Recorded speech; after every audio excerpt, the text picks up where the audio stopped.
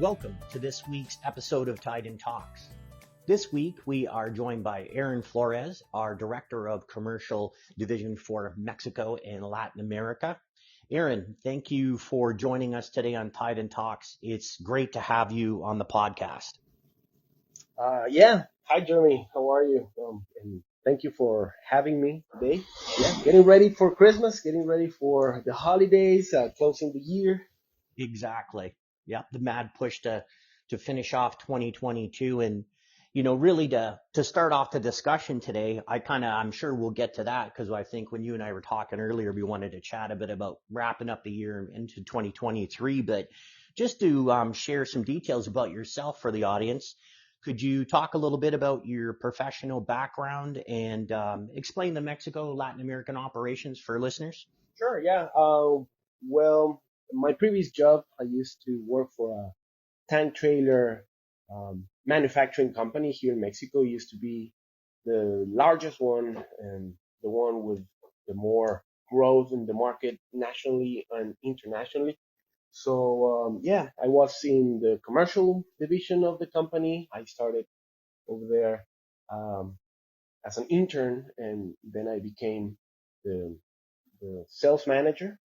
So we used to manufacture and sell locally, but also export the tank trailers, basically for fuel, crude oil transportation, sand, and all mostly for the petrochemical industry. Interesting.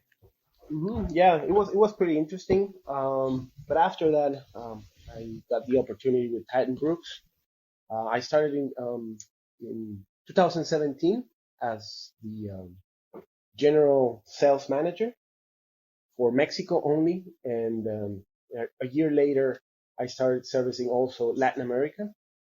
And at that time, TydenBrooks used to have a factory here in Mexico. We are located in Monterrey, Mexico, and we used to have a factory here where we used to mark most of our high security products, bolt seals, snap trackers, um, and then cable seals like the Easy Lug, the Flex Secure, and we used to manufacture also here in Mexico um, the Titan Bolt seal, but in 2020, just previous the COVID thing, because of a financial decision, we decided to move all of the production capacity to our factories in the United States, and ever since, um, I've been in the commercial division.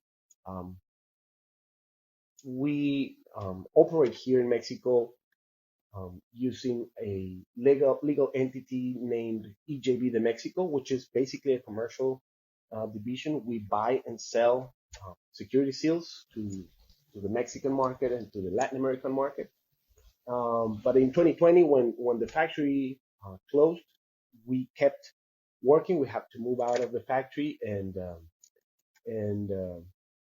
but ever since it has been a lot of changes, um, plenty of changes in the market also due to the COVID, due to the shortages on logistics and freights and ships and shortages in different products.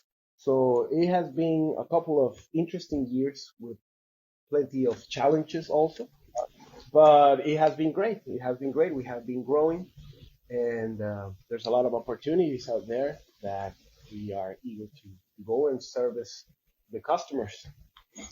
Exactly. Yeah. I mean, it's, myself, as you know, obviously I've been down with you and we've traveled quite a few times together. I've always knew there was a lot of opportunities in, Mexico and Latin America. And when we were talking earlier, prior to, to being on the podcast, we were talking about a few different solutions that you've done this year, maybe some unique ones that you might want to share and go into detail with us today. Any off the top of your head that you want to talk about?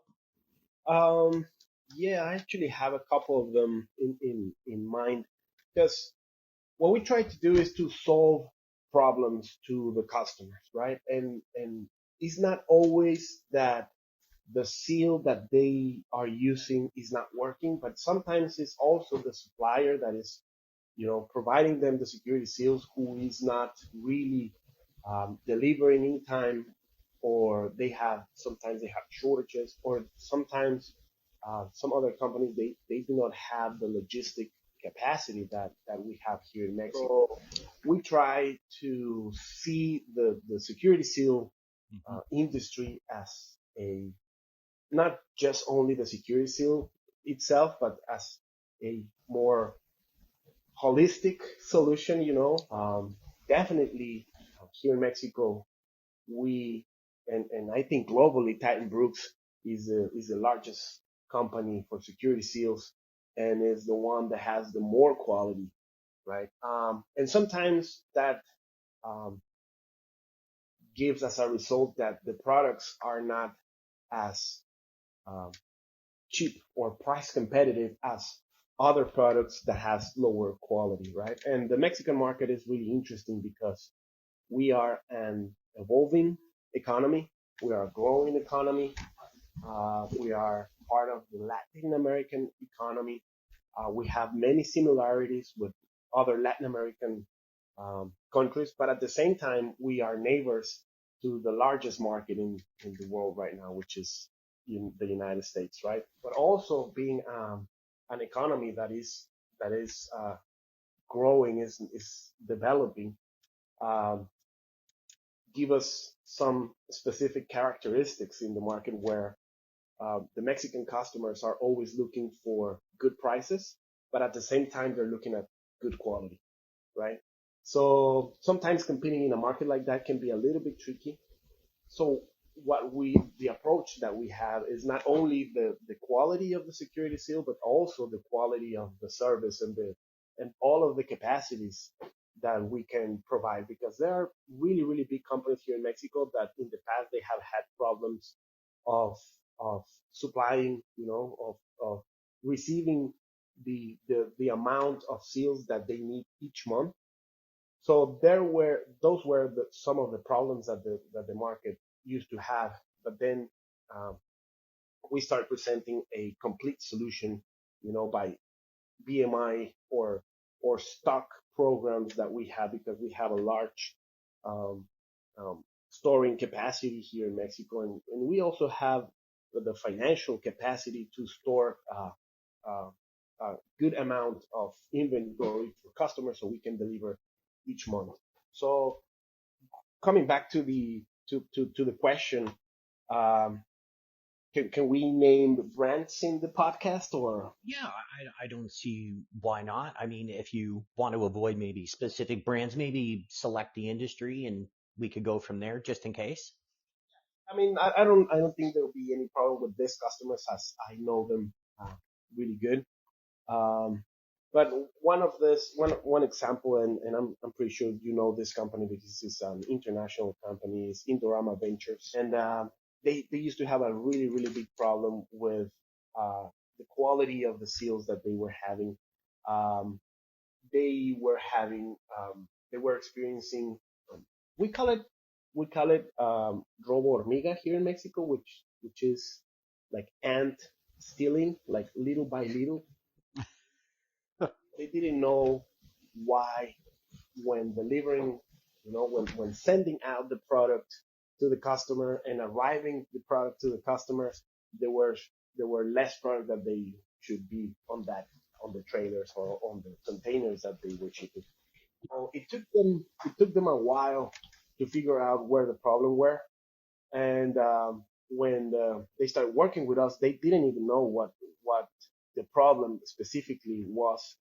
We told them that it was maybe the security seals that they were using, because the security seals they were using, they were not presenting enough evidence to figure out that someone was getting inside the trailers and take out product and steal product from them. Right.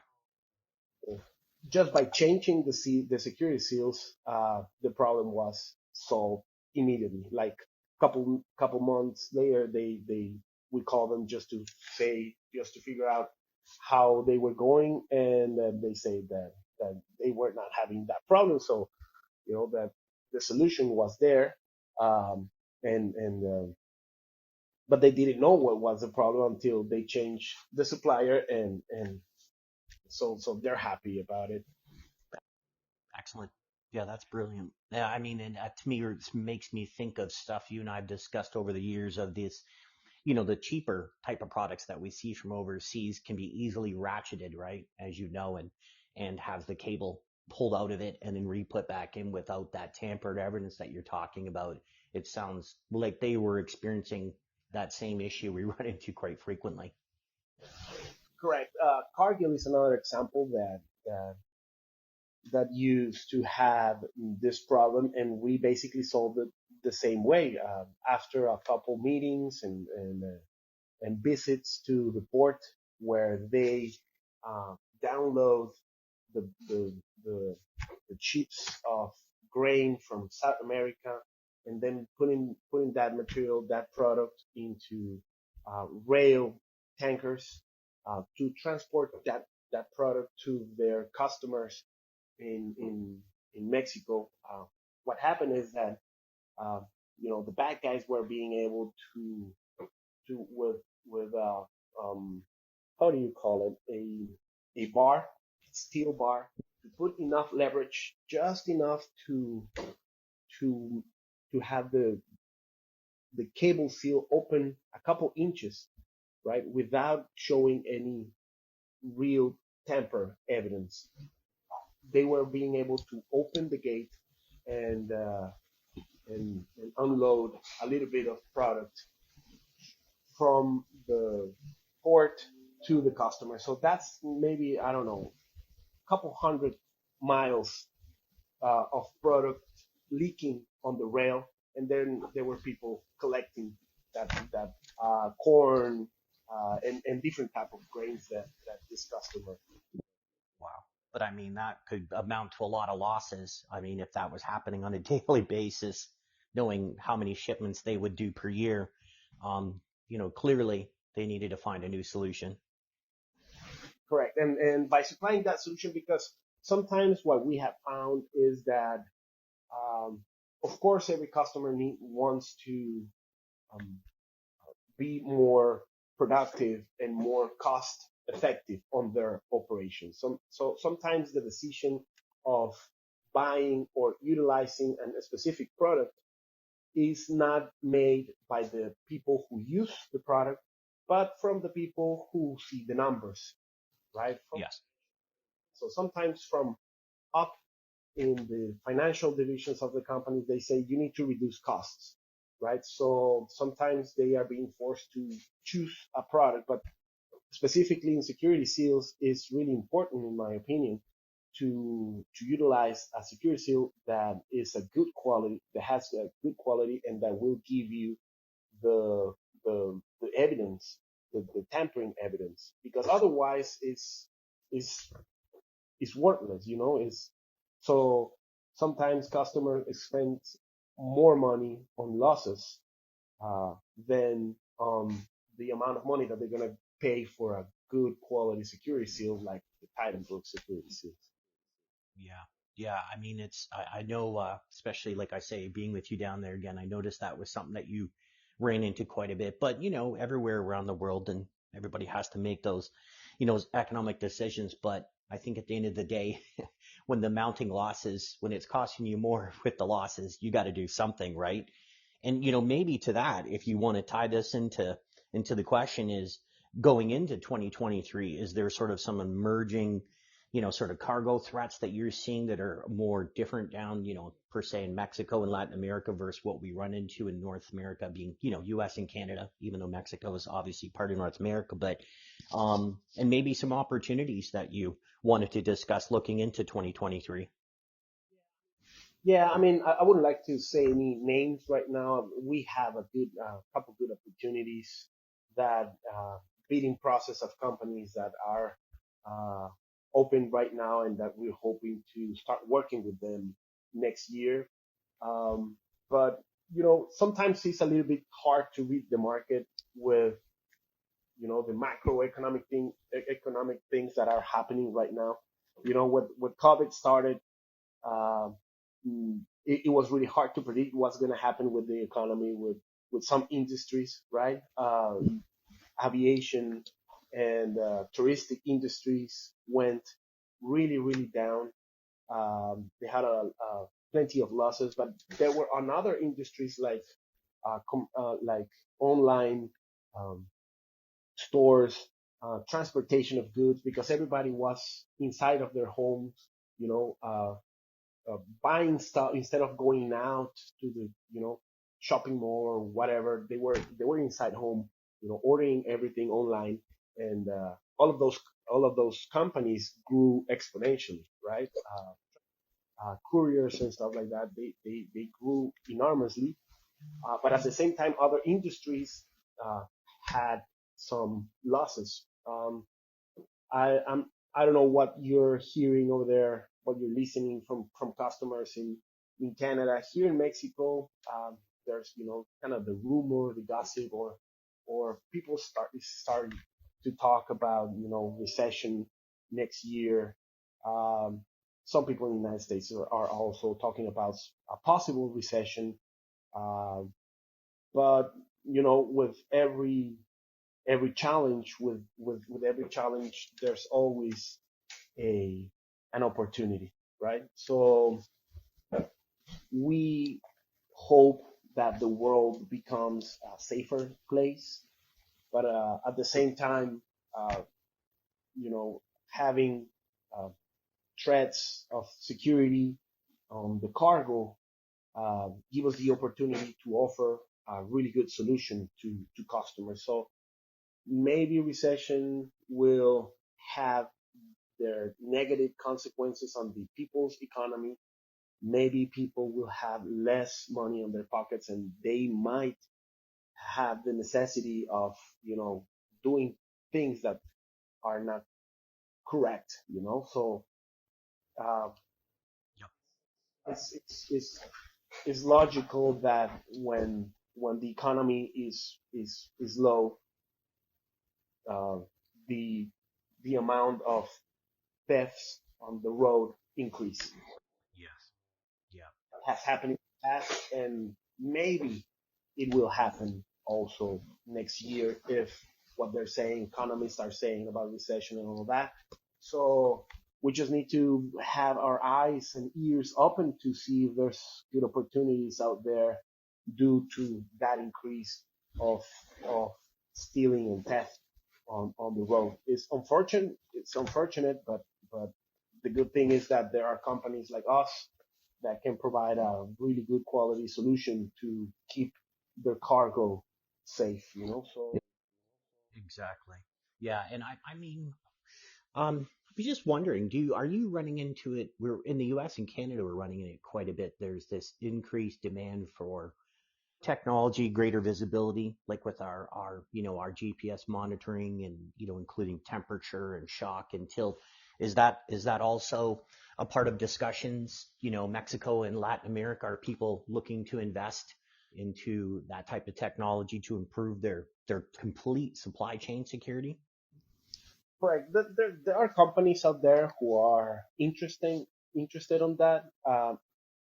It's something that we're trying to push because many customers doesn't even know that this technology exists, and when they know about it, it's sometimes for the operation, the part of the company, is hard to sell that idea to the financial persons, right? So um, these kind of projects sometimes takes longer than other projects, but there are a couple customers.